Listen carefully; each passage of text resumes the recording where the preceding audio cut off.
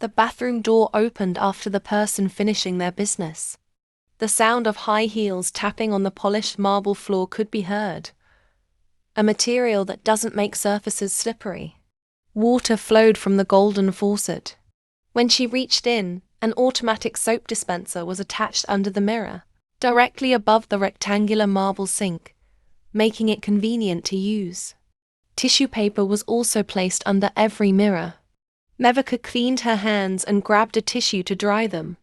As she was inspecting her face to see if she needed to touch up her makeup, she heard the bathroom door open and the sound of high heels stepping out from the inside. She could see someone through the mirror, which made her pause as she pulled out a lipstick from her bag. "Oh, it's you," Irene greeted. "We keep running into each other. It seems like today we're meeting quite often." She smiled and extended her hand to wash in the sink next to Mevika. "Are you going to reapply your lipstick?" Her gaze shifted to see the lipstick Mevika had just taken out, and she commented, "You look beautiful already. The soft color of your lips right now is just perfect. It matches well with the light-colored outfit you're wearing. If you're wearing something black or darker, you could make your lips a bit more defined. It would probably suit you well." "Do you mean, like making my lips pale like this?" Mevika questioned, arching an eyebrow. Irene looked at her lips, studying them for about 5 seconds before smiling. "It's not bad at all. The shade is just right." Mevika quickly pressed her lips together when she felt Irene's gaze on them. It made her heart race in a strange way. She hadn't expected Irene to have this kind of charm in real life. She looked great in photos and videos on the media, but in person, she radiated even more. Competing in an auction against someone like Irene could make a newcomer like her give up. But that didn't mean she would. "If you're going to touch up, would you like me to apply it for you? Then you'll know how it look." "No need." Mevika quickly declined. It wasn't unusual for women to help each other with makeup. But with Irene, whom she had just met, and barely she knew.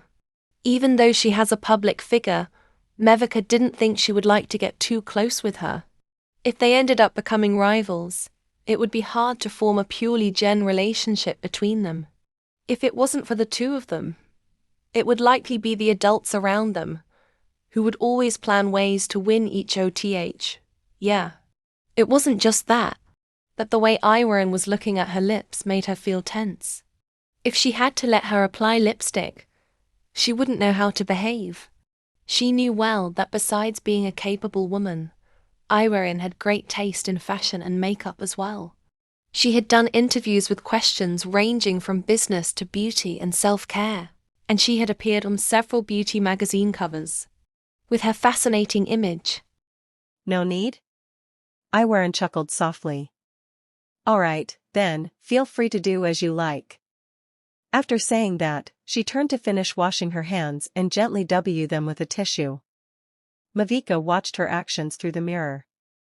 Irene carried herself with the grace of a very refined woman, yet there was a certain charm that was hard to ignore. "Even though we just shook hands earlier." Irene's voice spoke again, making Mevika look at her through the mirror, where Irene was also gazing at her in return. "You know, in the end, we'll just become competitors, don't you think?" "Yes, I know," Mevika replied. "But that doesn't mean we'll be enemies, right?" "It depends on what happens after this." Mevika answered directly, considering the possibilities of the future. "So, how do you want it to be? Can we still be friendly even if we have to compete in business?" Irene asked, testing the waters. "Do you want it to be that way? Someone with your experience should know it's not that easy. Every step doesn't just depend on the two of us. We have our teams," Mevika said. The conversation through the mirror was starting to feel uncomfortable, so she turned to speak directly to Irene instead. "When you say team, are you referring to your father?" "What? Like the person you were talking to on the phone earlier?" Irene turned to face Mevika and crossed her arms. "It seems like you don't want to compete with me." What are you talking about? We have to compete, that's inevitable. And for the phone call. You mentioned about someone who have more experience, who is skilled, gracious, and beautiful. It sounded like you were refused to compete with that person. Iwerin continued.